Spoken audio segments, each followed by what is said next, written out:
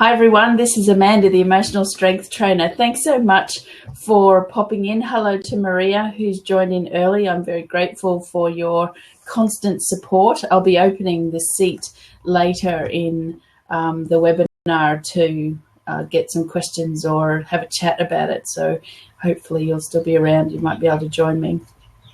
For those of you who are watching the recording, thank you as well. I hope that the information that I'll be providing in the next little while will help you and support you to support your children, and as well as any adults that you might have in your life that are, stressing about the way, what's the world coming to, that kind of concept. So to get started, what I would like to talk about is essentially the incident that happened last Friday and how the world reacted to it. There is an anatomy that comes with shock. Okay, so I wrote a post about this the other day. One of the things that did happen as a result of what happened in Paris was a giant global outcry with what about Beirut, what about Kabul, what about Iraq. There was an earthquake in Japan and also Mexico. And I read a post somewhere that in a 24-hour period, there were 115,000 deaths globally as a result of bad things, okay? So from an energy perspective, that's a giant hit for anyone to have happen in their system. Now, adults and my community, I'm surrounded by a lot of energy workers, and I know a few of them who came down with like body ailments, vomiting, diarrhea, chronic headaches, like inflammation in their body, those sorts of things.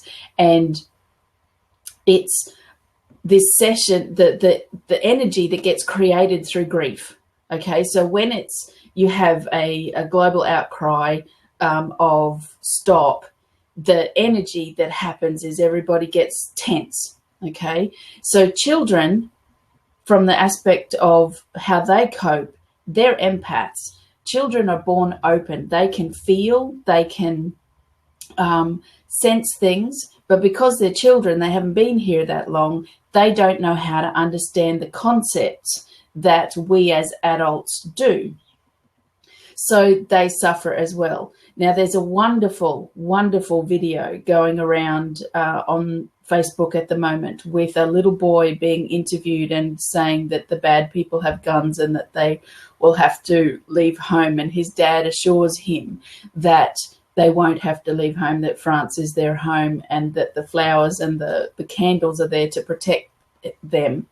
And you can see the moment where the little boy looks at the flowers and the candles, and you can see the energy fall away from the stress of what he was thinking. Now, at the same time, this little boy looked about 5 or 6 years old, and he was saying, we have to leave our home, because he was that frightened. And the adult had the opportunity to let him see from a different perspective. And you could see when he connected with the energy of the flowers and the candles to help him feel safe. Okay, so that's what I want to talk about essentially today, from the point of view that you are able to create the environment that you have in your family home with your children by bringing it back to now. On my Facebook page, amandafoy.official, yesterday I started a concept. I do some let's play things every so often, and I wanted to bring it back to moment by moment. Life can change in a moment. There's a graphic I've seen too that life can change in a day, but it's actually a moment in time. I recently helped a friend whose father was transitioning, and his heartbeat up, and it stopped in a moment. Okay, it took a while, but it was a moment. So this is the first tip that I want to give you from the point of view of bringing your children into a moment. And I would encourage you to do this as a family. We've done it here in my home as a family. My husband, I'm a traveler. I love traveling. I have been traveling since I was 16. I have nil fear around traveling because I have complete faith and trust that I will be safe. So, but when I go away, my husband is beside himself because he fears that something will happen or something will go wrong, and he won't be there to help me. So last night, I sat with my children and my husband, and I said, this is the order we're placing. Okay, so tip 1,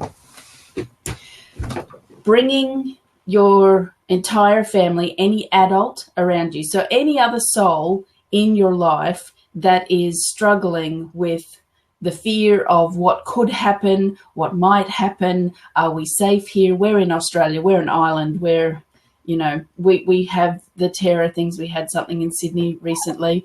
But essentially, the idea for people to leave this country to go to another country and miss out on all the wonderful things that you are provided by stepping into another culture and another language and food and the people, you don't want to rob yourself of that joy. So to bring you back to now is the key element behind bringing peace into your life. Okay, so for example, you have somebody or your children are sitting there and they're fearful or they know someone. You bring them back. So, okay, all right, so they're sitting down and you ask them, what do you feel under your feet? What do you feel on the table? Or what can we hear? So I can sit there, I can feel my feet are on my floor. I've got carpet under my feet. I have my windows here and I can see, I've closed the windows just in case there's noise that comes in, but I can see the blue sky. I have a giant, our neighbours have mock orange trees, and the smell of the mock orange fragrance wafts through my window. That helps bring me back to now. In my now, I am safe in my home office. My children are at school. I have the birds sounding. It's this moment. And right now, this moment, there is nothing wrong in my world. And that's one of the key ways to bring the kids back to, and it's kind of like, change the subject type of thing, but it's also a great practice if overwhelm should come in. One of the things that we do and what happens when terror things happen is they incite fear and it creates energy that freaks everybody out. Now, I'm not going to say for 1 second that initial feeling of fear is wrong and you should get over it. It's very real for people. It's very definite for people. And you can imagine the people that are living with it when they're in Paris. And part of the bad outcomes that come with this is that because these terrorists do things in the name of Islam, you see anybody that is openly Muslim, so they've got their hijab or the cap. I'm sorry, I don't know what the hat that the men wear. People are automatically fearful of them. And that's part of the horrific outcome with these things is actually those people are just people just like you. And that's one of the biggest statistics I've learned about this, the horrible part of society, is that over 100,000 Muslims have been killed in the last 2 years by these people. They're the highest group of deaths around terrorism, and that's a travesty. So when you sit there and you're being fearful of other people and they're just going about their day, they're just like us, the majority of humanity do not like terror, do not like death, do not like anything like that. There's it's that time where you want to focus completely on the giant part of the statistic versus the small part of the statistic, because it's better for you in the long run to remain open to sitting in the joy of different things. And there is a lot of joy about being alive today, okay, in many aspects. The what is the world coming to? It's these moments in time in different places in different areas of the world. Send your love and compassion to those people who are sitting there. But quite frankly, if you're sitting here watching me talk about this subject, or if you have people in your life that are going to be watching this recording, look at that. You're in the safety of your home or your bed or your car or on a plane or whatever, and you're safely listening to something to help you get through. So to rob yourself of your joy of now by flying ahead and thinking, well, what happens if I travel to Paris and there's another bomb? Or what happens if I go to a great concert and there are people that are going to hurt us? You know, that hasn't happened. It's come back to here right now, looking at me with my big laughing face over the corner and all of those sorts of things. Right now you're safe. Right now the sun is shining, or you're in bed warm in the country that you're living in. You might have some snow outside. Right now today we're heading for 38 degrees Celsius. I want some snow. So, you know, that whole listening and staying back into the present. So the next tip I want to come to with an agreement with your family. Okay, now, with that little boy sitting on his dad's lap and taking this responsibility in his head that they would have to move because the bad guys had guns and they hurt people and they're really mean, that 6-year-old, that's the part that breaks my heart, that little boy was trying to process that they would have to leave because the meanies were going to ruin their life. And thank God he chose that man to be his dad, because his dad just did it perfectly. I want you to do the same thing with your family. Now, this is for the adults that are going to watch this that have fears of their own. What have I birthed my children into this time of humanity? What are they going to see? What are they going to do? It's time to make an agreement with your spouse and your children on your order to the universe. Now, that sounds a little bit woo-woo, but there is science around thoughts become things. Okay, there's science released this year where they have measured thoughts becoming things. So if you're sitting in a constant state of fear that there might be some sort of catastrophic event that and that equates to loss, and that makes you feel sick in the stomach, or, you know, to the worst extreme, people become agoraphobic, that they won't leave the house, or that clingy type of parenting where you don't want to let your children out of your sight, because you're parenting from that place of fear. Make an agreement, say it out loud. Put your hand on your throat. I've taught this before. If you put your hand on your throat and you speak, just do this now and say your name. Hello, my name is Amanda Foy. I have a funny picture. You'll feel the vibration in your hand. Okay, so when you speak it, it sends the vibrations up and it rattles through the brain, so it lands. Okay, so make the agreement with your family. You sit there and you say out loud, and this is another part of my teachings that I think is a very, very important aspect, that it for things to work properly, you must do this. It's the very most important first step. You have to sit and acknowledge what you don't want to happen in your life, and you do this once. So if your children are old enough to write down the things that they're scared of, please all get a notepad and write down everything that you're frightened of happening as a result of. Now, this is a technique that you can use in any situation. So, for example, say somebody in the family or friends or has died in a tragic car accident, which is very traumatic. It was very unexpected happenings in life. Or if there is a person that has cancer or something and everybody's watching them die, this can also take place because what happens is the brain looks and sees that's happened to them, and they're nice and they're ordinary people. That could happen to us. Okay, so that's from that perspective. So you get your notebooks out and you all physically sit there and write down everything that you do not want to happen in your life, and do it specifically to what's going on. So terror attacks, I don't want this to ever happen if we travel or if we're at a sporting event or blah, blah, blah. If somebody's died in a car accident, I don't want this to ever happen, blah. Then you all sit there and if you can connect by holding hands or doing 3 big deep breaths in and out, that is a good way of all grounding and connecting into the space. And then you each read out what you've written down that you don't want to happen. Okay, and you no fixing or solving, you're just acknowledging that this is what I don't want to happen ever.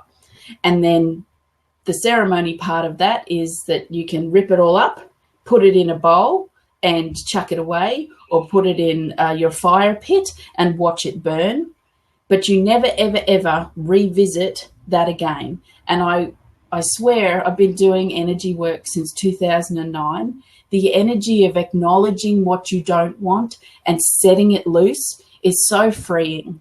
Because if you sit there and you're in fear of something and you think, I can't say this out loud, people will judge me or they'll think I'm silly or anything like that, it will settle somewhere. And that's how illness turns up. But that's another webinar.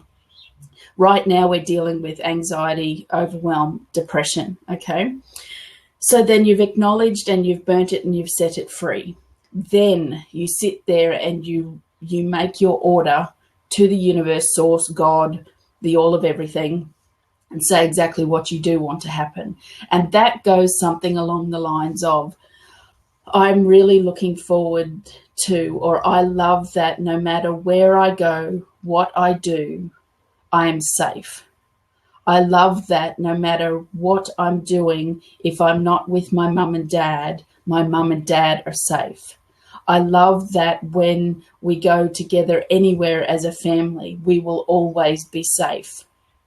Now, to give you a perspective of that, now I have a thing I've coined FAT, faith and trust. So capital F, small a, capital T is fat. And then there's an adjunct to it, which is fart, which is capital F, small a, capital R, capital T, which is faith and radical trust. Okay. Now, when you set your order, and this is the positive stuff, this is the gratitude, this is the I want this to happen, and you go into faith and trust, you have to trust that as things show up, it will be part of the protection. It's the letting go, letting God mindset.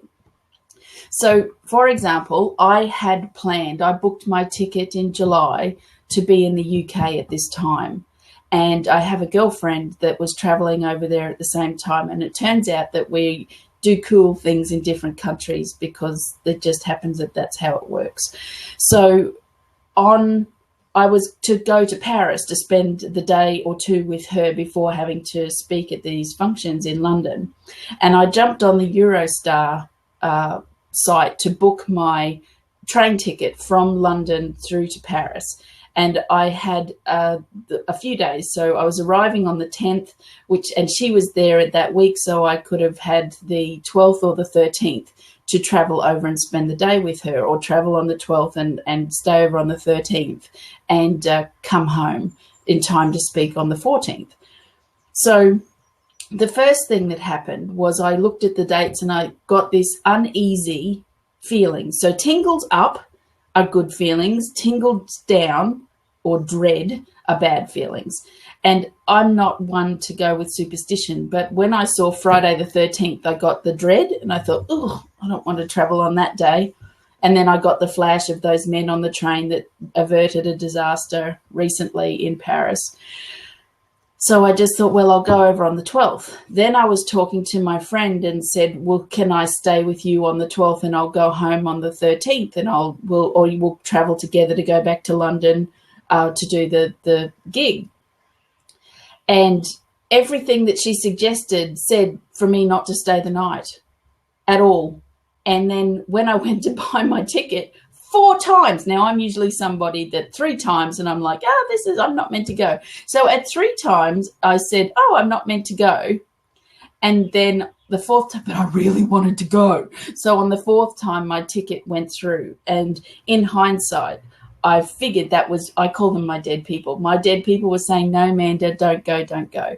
So in the end, all of the UK speaking things changed and I decided not to go anyway. And I did my money on going to Paris.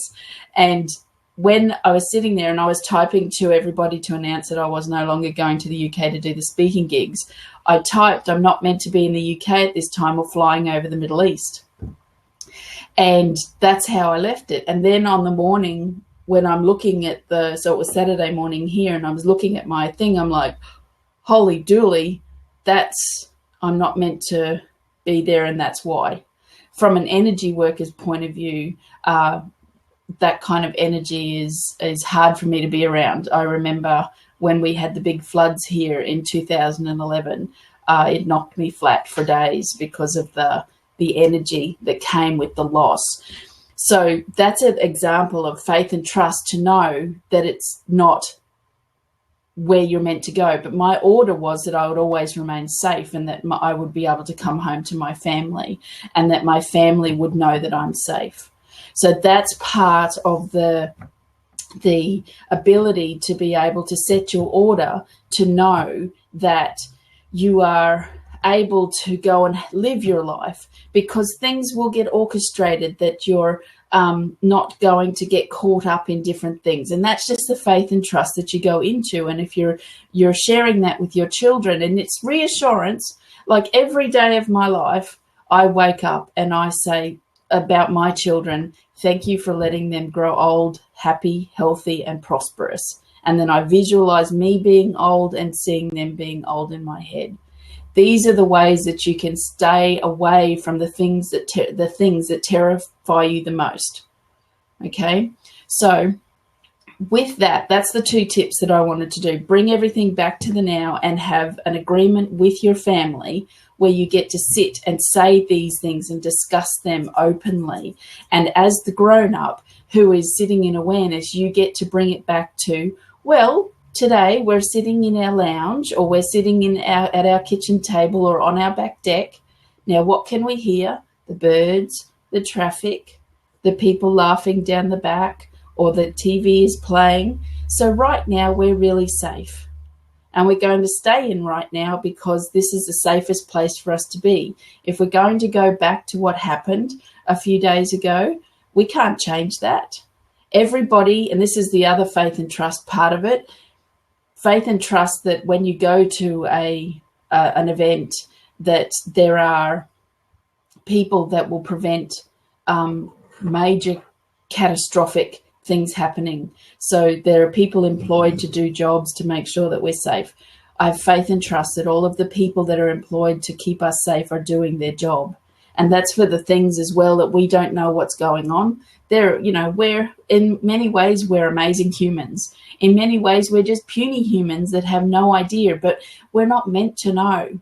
That's why there's 7 billion people on the planet. There are people around that are doing everything they can in the background to make sure that these things, should they happen, are reduced. And if you think about it, I was also reading some stuff last night. 250 million people died last century. 250 million, perhaps more, at the hands of war, governments, unrest. How far into? We're 15 years into this century. That's not going to be the norm for the next 100 years. And this is another part. This is the next evolution of what's going on. stay informed and keep watching what the humanity are doing in response to the different things that are happening. Don't be fearful, be curious. So if you have Muslim people in your community, ask them the questions. I know all of my Muslim friends are very open and honest and understanding, because they're the ones that are having to go in defense of their belief systems and saying we're peaceful people. You know, there's videos around now where I trust you, will you trust me, blindfold and have a hug. You know, that's one of the greatest things that saddens me the most about this, is that people of Middle Eastern appearance, or if they have the clothing that comes with being Muslim, that if they choose to wear that, are having to justify out aloud that they are peaceful, loving people. They're just humans, okay? And that's the tragedy of this, is that the fear that's created in normal, everyday people just living their life. I know when the terror attacks were on in the man that did the stuff in Sydney, there was a young man that was able to escape the room, and I saw him as he ran out put his hands up like don't shoot, because he looked Middle Eastern. That made me sob my eyes out, that poor man, already terrified by some fanatic threatening to kill and blow up people, because he broke free, and the elation he must have felt to be free, but only to be met by people with guns, and they think that he's a terrorist so they might shoot him. That's the tragedy. And then the people that have to sit there. I have a girlfriend on Facebook. Her name is Layla, and she lives in Qatar. And she is the most loving, sincere. She does all of this work for women. And she did a video last night. She never talks about this stuff, but she did a video last night explaining her position. And I hope it gets shared, because that's what we need. We need people to see and understand. They can't be blamed for what some freaks have decided to do in the name of hate. So when you are sitting there and you're coaching your children, and you can say, just like that man said with his son, some people are big meanies, and they are sitting in their own ethos, their own ideology, that what they are doing is in the best for their relationship with God. But they're meanies that go and live over there. But if we have faith and trust and bring a whole heap of love and acceptance and tolerance for people around us, and bring those kind of people into our life, then you will see the results of the joy and the happiness that having a whole heap of people who think the same way as you, and the protection that provides you. There is nothing greater than sitting in a circle of love with people who come from different backgrounds, have different beliefs, but at the end of the day, we're all the same. We just want to feel safe and loved. And in a situation, especially if you're not in these countries that are suffering the war-torn stuff every day. You know, I live in a country where the fighter jets fly over because it's something exciting at a carnival or a festival. I live in an area where there's a training facility not far away, and I hear them taking off all the time, and they're just practicing. But yes, they are involved in the overseas conflict, but here in Australia, they're just training. So you are doing everything possible by just bringing them in, giving people love and acceptance, sending your love and prayers to the people who suffer every day. But if you're not suffering in your now, right now, there's no suffering, then don't make yourself suffer with the fear of, what am I going to do? Because as grown-ups, if we are sitting in that space, it will feed through to your children. So with what people do, and this is a big indicator for you, if your children have all of a sudden got fevers and then there's no reason, so if you take them to the doctor and they say it must be viral because there's nothing showing where infection can be, if they're vomiting for no reason, or they can't keep things down, or if they have diarrhea, skin irritations. These are the things, and it's out of character. And you've done everything that you can. That's because they're soaking up the fear. Now, I will give you one little woo-woo type of topic. Now, I'm saying woo-woo because this might be new for people, but it's in my daily practice, and my children know how to do this, and none of us have burst into flames or are in a circus with freak shows, okay? So this is called bubbling, all right? And it's also part of a grown-up's arsenal, if you will, to keep your children safe, all right? And you can do this for your spouse, yourself, your friends, anyone. Okay, so feet flat on the ground. This is your crown chakra. This is the top of your head. Now, I want you to imagine that a blue bubble it's like, like the bubble that you blow and you can see the rainbows. A blue bubble is coming out of your head and surrounding your body, and you can feel it going around slowly, slowly, slowly covering, and you can notice the pretty colors and the shimmering and all those sorts of things as it's coming down, and it comes down under your feet. Okay, then you imagine the bubble growing and becoming a solid bubble, but you can still see whoever is inside, whether it's you or your children or your spouse or your friends. And then all of a sudden the bubble becomes thick like concrete, but you can still see. And then it becomes impenetrable. Okay, now, is that something that mainstream people will teach? No, but at the same time, where there is science now that thoughts become things, it's also part of the visualizations that you can do of seeing yourself grow old, or seeing yourself have a safe journey in the car, or if you're in a plane and you're traveling, seeing yourself get on the plane and the plane trip being safe and you getting it safely to the other end, especially if you know what the other end looks like. You can visualize yourself going through the turnstiles, finding your luggage and celebrating because your luggage is made the same place as you have, all those sorts of things. Finding a taxi straight away, or having the people that are picking you up pick you up sort of straight away. These are all of the things that you can do to help take away that anxiety of the possibility that something could go wrong. Because if you have your order in place that I am so happy and grateful that my trip will be safe, secure, and without incident, that's how you can sit in that space. And it's very, very important that you travel with that. Sit and hold it in your heart. I've said my order. Here's the biggest thing. When you set your order to the universe, source, whoever, you're adamant that this is what you want. The universe, source, God is not an asshole. They're not going to sit there and go, oh, you've asked for that. Well, listen here, Missy, we're going to give you this. Okay, you deal with it. That's not how things work.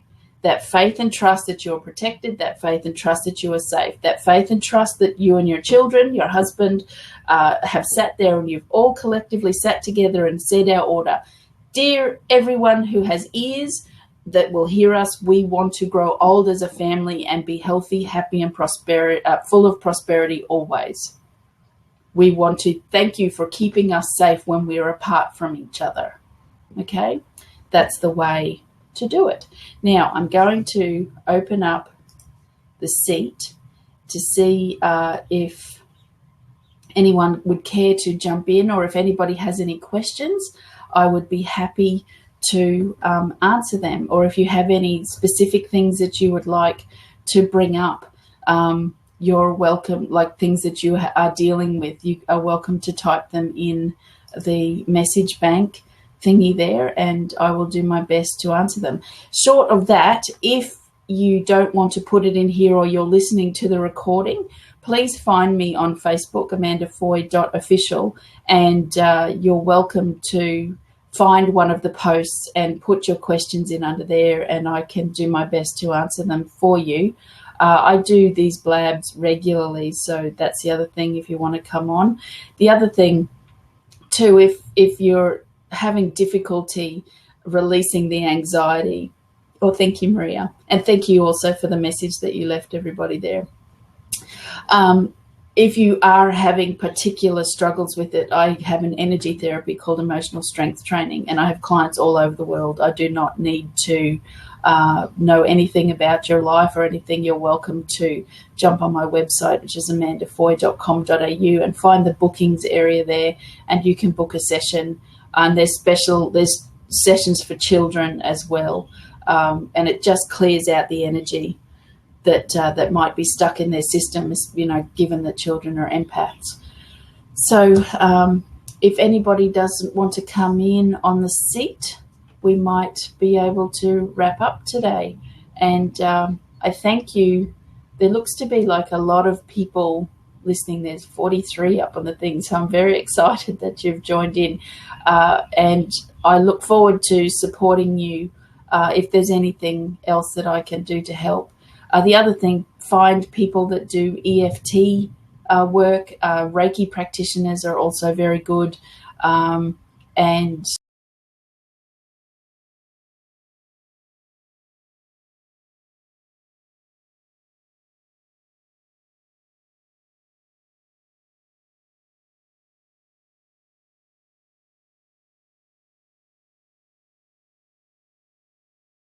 the sounds that you can hear. So I've just heard one of the C-17 jets has just taken off from where I'm sitting, and I can also, and this is part of that moment by moment, I can also hear the whirring of my computer working in my ears.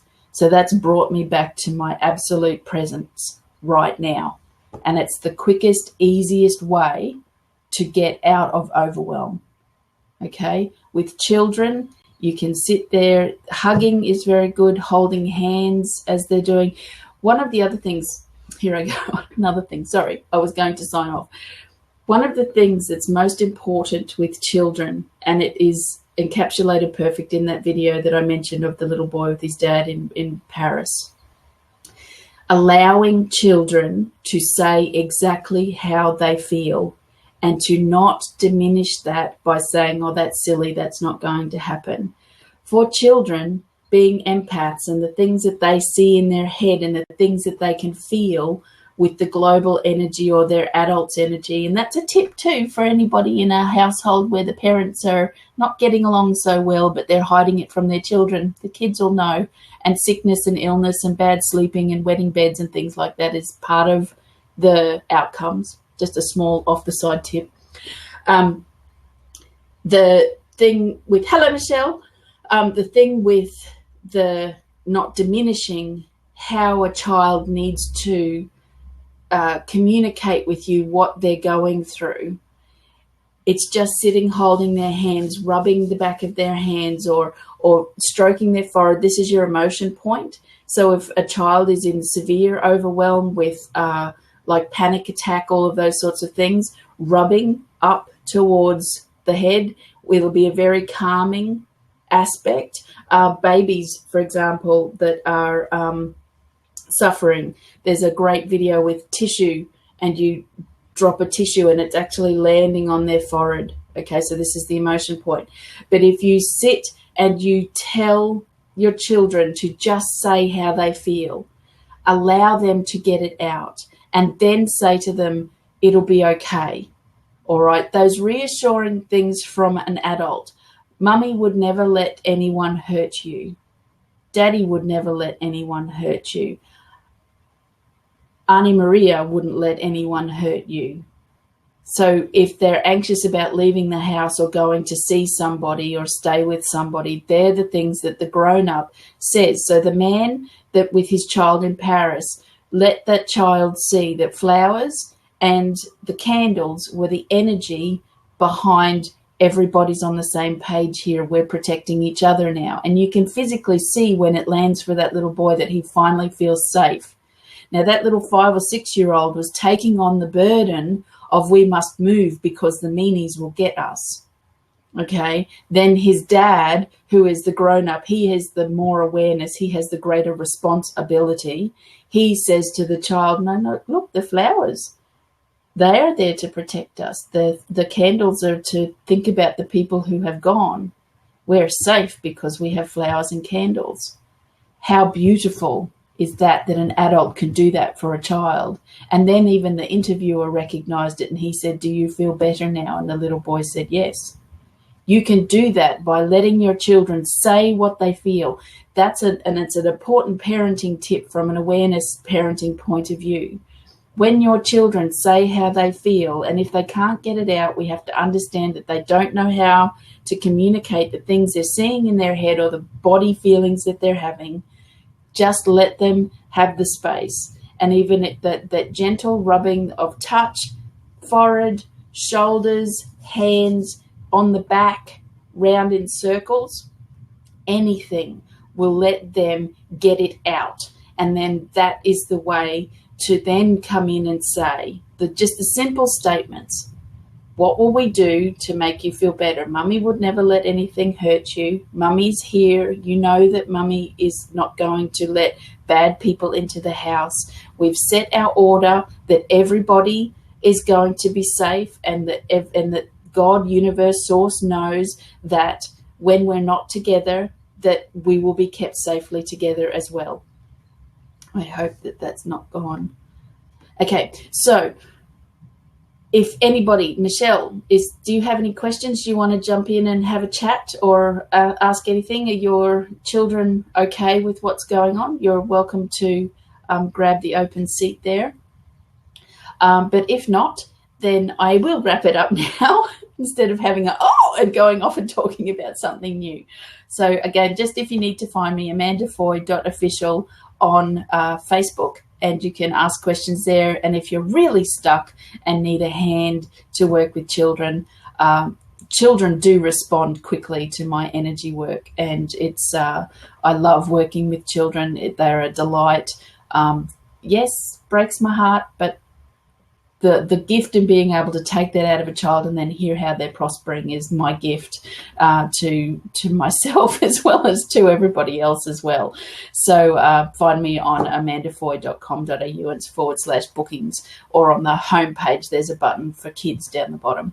So thank you so much for listening. I do hope that I've helped, and thank you, Maria, for looking after the side for me, and Michelle for popping in as well. And I will see you next time.